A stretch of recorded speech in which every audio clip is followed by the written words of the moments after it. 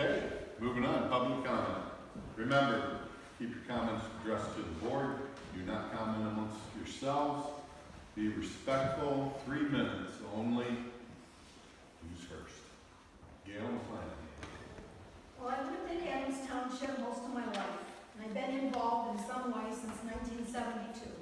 And I've never ever heard such garbage before. There's rumors on the internet where some were talking about their township officials, they couldn't get them to return their calls, or they weren't being very accessible. But this is not Adams Township, as one gentleman said. That's good. At least they're not milking the taxpayers for 5 days a week. No reason. Limit the hours, save money. No township office needs to be open 5 days a week like North Adams, who milks the taxpayers for 5 days a week for 2 people in North Adams Township office, and that raises my taxes $100. I hope everybody in Adams Township knows Susie and Pat are on salary. They're not, they are trying to get the job done that they were dealt with. Pat has been Adams Township treasurer for 42 years, and no one has ever accused her of milking the taxpayers before. And why all of a sudden now? I wonder if it has anything to do with the clerk and the cowboy talk on the coffee, over coffee. Something to do with this. And again, it doesn't matter if you spend 1 hour Sunday morning, or if you spend 5 or 7 hours a day for 5 days a week, Susie, you guys aren't going to get any credit for anything. And you're obviously not getting any extra money. But I think everybody in here should know you guys are salary. All right, who's next? I guess I'll go. Okay. Don't sound so excited. I just want to take a couple of minutes to advise the board and the township of the 3 FOIA requests I recently submitted to Adams Township.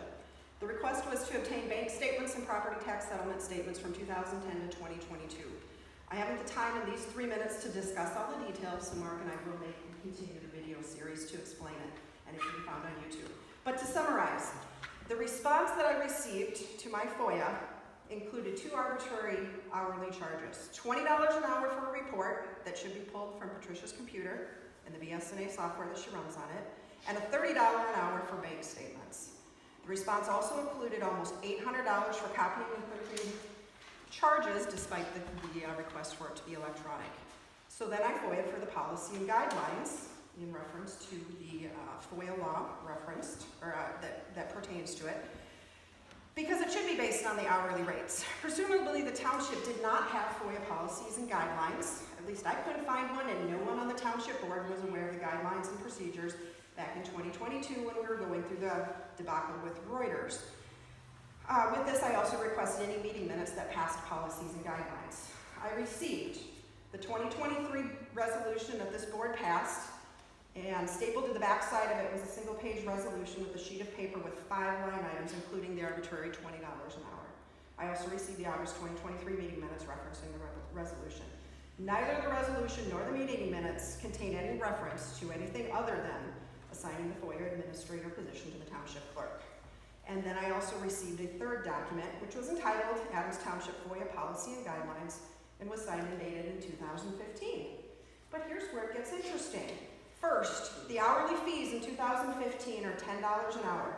Seeing as the board did not pass anything pertaining to this, the $20 and the $30 an hour charges are both arbitrary and unlawful. Second, the procedures and guidelines that were put in place in 2015 clearly designate the clerk as the FOIA administrator and the township treasurer as her backup. Given that Patricia's been on this board for 40 years, she voted on this, and she should have been my backup when Reuters was coming in and FOIAing me when I had attorney-client privilege on it. Yet is this just yet another breach of your township duties? You, and as well as your friends Bonnie and Janice, you guys owe Mark and I an apology for that. That is, every person should have stepped up. And no wonder you had no scruples on this issue, and you let us flounder. You knew, you had to have known, or you should have looked, or had someplace. But either way, what was going on here was absolutely ridiculous, and the stress and the extra accusations that were put onto it So with that said, the township may want to revise their original FOIA request to me. I have consulted counsel, and what I'll do is cede my time so that Bonnie and Janice can remind you the importance of following FOIA law and not getting the township involved in legal tangents. Thank you. Who's next? Janice? I am so mad, I'm just bored. What you guys have been through is absolutely terrible. First of all, she took over in May. She came in and had to sign some checks that were written and laid on the desk and never signed to pay people. So Susie signed the checks and paid them. Then the police were called on her. That's ridiculous. I can write checks, date them, and my kids can come in and sign them 2 weeks later, and that's not illegal. And as far as the FOIA, Mark, I asked you 3 months straight why you guys didn't answer the FOIA that you were served, and now you're having a fit, and just turn it around. You people aren't working with anybody. It's ridiculous that you didn't answer the FOIA, and now you're having a fit because you have to pay to get information. It's excellent. You guys are doing a good job. And why Bonnie and I are mentioned in the FOIA business, I don't know. But keep up the good work.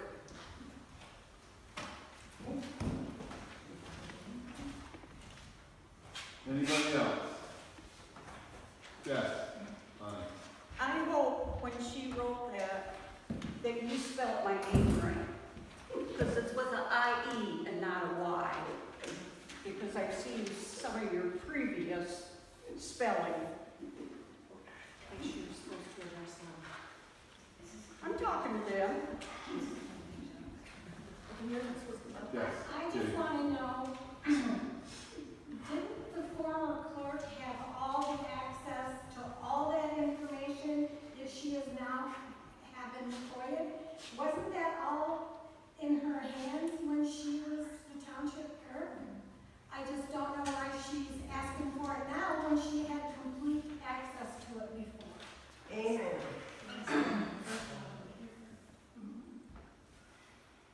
Anybody else?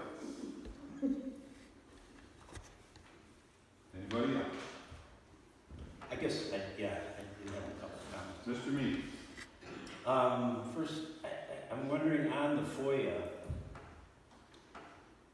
what is the distinction between what things need to be FOIA, versus if I want to come in and, let's say, look at the zoning book?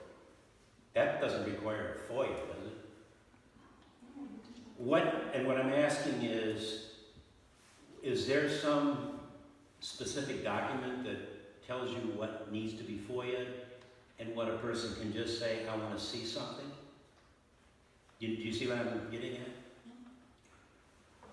It's a question, I don't know. There's stuff in here about what can be requested by FOIA, but I'm just wondering, where's the line drawn? And who knows that? Do you know that? I don't know.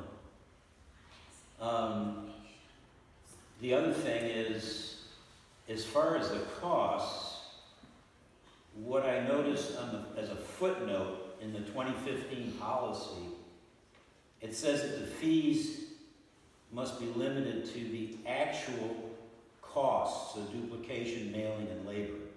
So I assume that whatever was provided to Stephanie is an estimate, and in the end, you would have to have a timesheet that says how many hours you actually spent putting this together. Is that true? Do you guys know that, or? Mr. Mekas, we are not addressing the questions that are asked. Okay, well, I'm asking these and I'm making a point that the footnote says you don't just charge what you think it's going to cost in time. It has to be actual time. It's in the footnote in the 2015 policy. I also noticed that there's a charge for the bank charges, 156 statements at $5 a statement, which means that would be 50 pages per statement per month. Is that how many pages there are in a bank statement? That seems to be inflated to me. I don't know, but it sure seemed odd. So